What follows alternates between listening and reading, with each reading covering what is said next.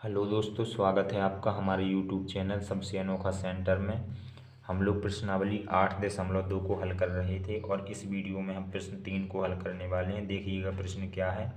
ABCD एक आयत है जिसमें PQR और S क्रमशः भुजाओं ABBCCD और DA के मध्य बिंदु है। दर्शाइए कि चतुर्भुज PQRS एक समचतुर्भुज है। हमसे बोला गया है कि ABCD एक आयत है और इसमें ए बी भुजा का मध्य बिंदु P, BC का मध्य बिंदु Q और CD का मध्य बिंदु R तथा DA का मध्य बिंदु S है। हमें सिद्ध करना है जो हमारा PQRS ये चतुर्भुज अंदर बन रहा है, यह एक समचतुर्भुज है। ठीक है, तो पहले हम लोग जो दिया गया है प्रश्न में उसे हम लोग लिख लेंगे। यहाँ पर हेडिंग डालते हैं दिया में हम लोग लिख लेंगे ABCD एक आयत है। ABCD एक आयत है जिसमें हमें क्या पता है, जिसमें हमें पता है PQRS ABBCCD और DA के मध्य बिंदु। तो यहाँ पर लिख लेंगे जिसमें PQRS भुजाओं ABBCCD तथा DA के मध्य बिंदु हैं। जो हमने दिया गया था प्रश्न में वो हमने लिख लिया। ठीक है, अब जो सिद्ध करना है उसे भी लिख लेते हैं। यहाँ पर हेडिंग डाल लेते हैं सिद्ध करना। और हमें सिद्ध क्या करना है कि जो हमारा PQRS है एक समचतुर्भुज है। तो यहाँ पर लिख लेंगे सिद्ध करना में PQRS एक समचतुर्भुज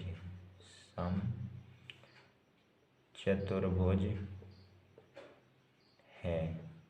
अब समचतुर्भुज सिद्ध करने के लिए हमें क्या करना होगा। हम जानते हैं कि समचतुर्भुज की चारों भुजाएं बराबर होती हैं, तो बस यही चीज़ हमें सिद्ध करनी है समचतुर्भुज सिद्ध करने के लिए कि चारों भुजाएं बराबर होंगी। यानी कि हमारा PQ यहाँ पर लिख देंगे, अर्थात इसे सिद्ध करने के लिए हमें क्या करना होगा, अर्थात PQ बराबर हमें QR दिखाना होगा और फिर हमें बराबर में RS दिखाना होगा और बराबर में हमें SP दिखाना होगा। ठीक है, यानी कि हमें चारों भुजाओं को आपस में बराबर दिखाना होगा। तो देखिएगा अब यहाँ पर हम लोग हेडिंग डाल लेते हैं उपपत्ति और यहाँ से हम लोग सिद्ध करना स्टार्ट करते हैं। तो सिद्ध करने के लिए सबसे पहले देखिएगा हम लोग ये दो त्रिभुज लेंगे, ये दोनों त्रिभुज ले लेंगे SDR और QCR। ठीक है, तो यहाँ पर लिखेंगे त्रिभुज SDR और त्रिभुज QCR में इन दोनों त्रिभुजों को हम लोग सर्वांग दिखाएंगे। तो सर्वांग दिखाने के लिए हमें 3 पार्ट बराबर दिखाने होते हैं। ठीक है, तो दोनों त्रिभुजों में ढूंढते हैं 3 पार्ट क्या बराबर मिलेंगे। तो देखिएगा जो हमारी SD है वो हमारी QC के बराबर में मिल जाएगी। कैसे मिल जाएगी, हम जानते हैं ABCD एक आयत है और आयत की सम्मुख भुजाएं बराबर होती हैं, यानी कि हमारी AD और BC ये दोनों बराबर होंगी।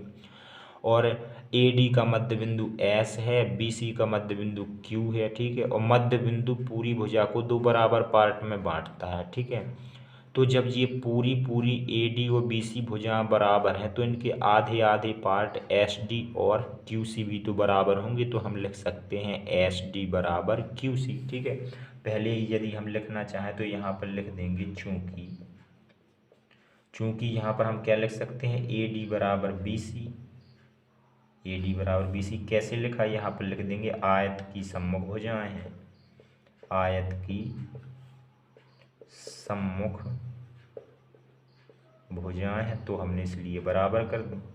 जब ये सम्मुख भुजाएं बराबर हैं तो इनका आधा पार्ट SD, इसका आधा पार्ट QC भी बराबर होगा। तो ये यहाँ पर लिख देंगे। इसलिए इन दोनों त्रिभुजों में हमें एक क्या चीज़ मिल गई, एक हमें चीज़ मिल गई SD बराबर एस डी बराबर क्यू सी, एक भुजा हमें बराबर मिल गई। ठीक है, ये देखिएगा। और देखिएगा क्या हम बराबर कर सकते हैं, ये देखिएगा यहाँ पर हम डी आर को इस वाले त्रिभुज की भुजा डी आर को इस वाले त्रिभुज की भुजा सी आर के बराबर दिखा सकते हैं। कैसे दिखा सकते हैं, हमें पता है जो ये आर है ये हमारी सी डी भुजा का मध्य बिंदु है। मध्य बिंदु अभी हमने बताया पूरी भुजा को दो बराबर पार्ट में बांटता है, तो जो ये डी आर पार्ट होगा इस सी आर पार्ट के बराबर हो जाएगा। ठीक है, तो यहाँ पर हम लोग लिख देंगे डी आर बराबर सी आर यहाँ पर लिख देंगे, चूंकि सी डी का मध्य बिंदु आर है, चूंकि सी डी का मध्य बिंदु आर है तो इसलिए मध्य बिंदु दो बराबर पार्ट बनाता है, तो हमने दोनों को बराबर कर दिया। ठीक है, ये हमें दूसरी चीज़ भी मिल गई। ठीक है, अब देखिएगा और क्या हम बराबर दिखा सकते हैं, एक चीज़ हमें और बराबर दिखानी है, फिर हमारे दोनों त्रिभुज हो जाएंगे सर्वांग। तो देखिएगा हम लोग जानते हैं कि ए बी सी जो हमारा ए बी सी डी है वही एक आयत है, और आयत के सभी कोण 90 अंश के होते हैं। तो ये वाला कोण कितने अंश का होगा, ये वाला हमारा 90 होगा, ये वाला भी 90 होगा, और ये वाला भी हमारा 90 होगा।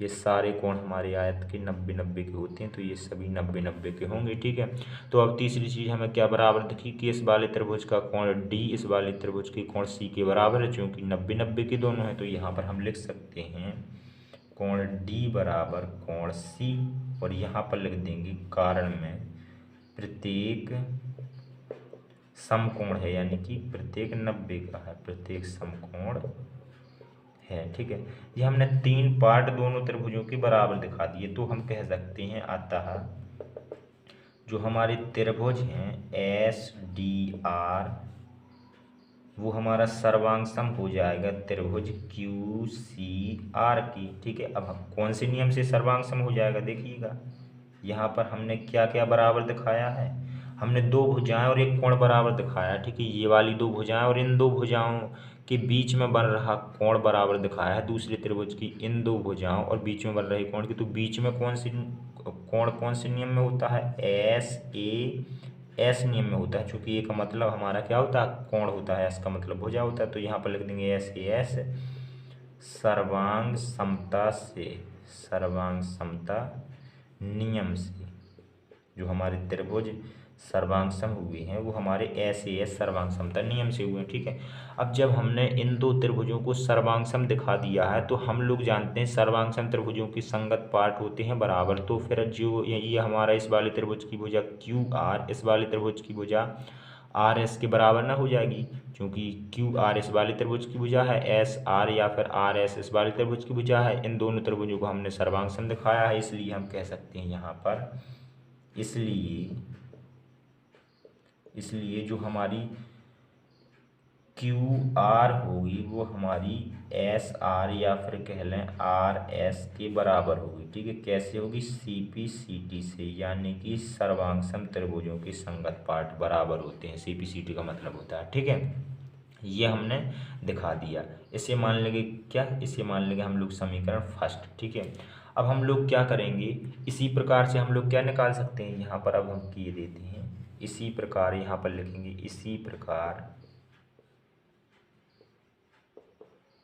इसी प्रकार हम लोग यदि इन दो त्रिभुजों को ले लें, इन दो त्रिभुजों को लेंगे तो यहाँ से हम पी क्यू बराबर क्यू आर निकाल सकते हैं। जैसे अभी हमने क्यू आर बराबर आर एस निकाला इन दो त्रिभुजों से, ऐसे ही हम इन दो त्रिभुजों को लेंगे तो हमारा पी क्यू बराबर क्या आ जाएगा, क्यू आर। तो अब हम यहाँ पर लिख देंगे इसी प्रकार हमारा जो पी क्यू होगा वो हमारा क्यू आर के बराबर होगा, और इसे मान लेंगे समीकरण सेकंड। और इसी प्रकार से अगर हम इन दो को ले लें, इन दो त्रिभुजों को ले लें, तो जो हमारा एस पी होगा वो हमारा पी क्यू के बराबर होगा। तो यहाँ पर हम लिख देंगे एस पी बराबर होगा हमारा पी क्यू, इसे मान लेंगे समीकरण 3।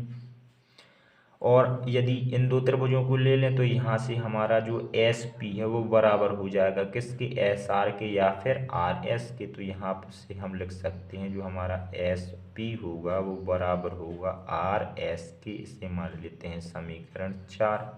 और यहाँ पर लिखेंगे समीकरण समीकरण फर्स्ट, सेकंड, थर्ड व फोर्थ से, इन चारों समीकरणों से हम क्या निष्कर्ष निकाल सकते हैं? देखिएगा, इन चारों से यदि हम समीकरण फर्स्ट को, सेकंड को देख लें तो सेकंड में हमारा पी क्यू बराबर क्या है? Q R. ठीक है, क्यू आर है।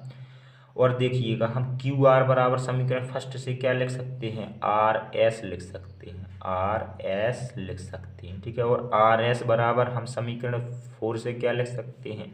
एस पी लिख सकते हैं, एस पी लिख सकते हैं। ठीक है, यानी कि समीकरण फर्स्ट, सेकंड, थर्ड और फोर्थ से हम चारों भुजाओं को आपस में बराबर दिखा सकते हैं। ठीक है, और देखिएगा, यही चीज़ तो हमें सिद्ध करनी थी। यदि हम ये चीज़ सिद्ध कर देते हैं तो हमारा सिद्ध हो जाता है कि पी क्यू आर एस एक समचतुर्भुज है। तो यहाँ पर हम लोग लिख देंगे, यहाँ पर हम लोग लिख देंगे,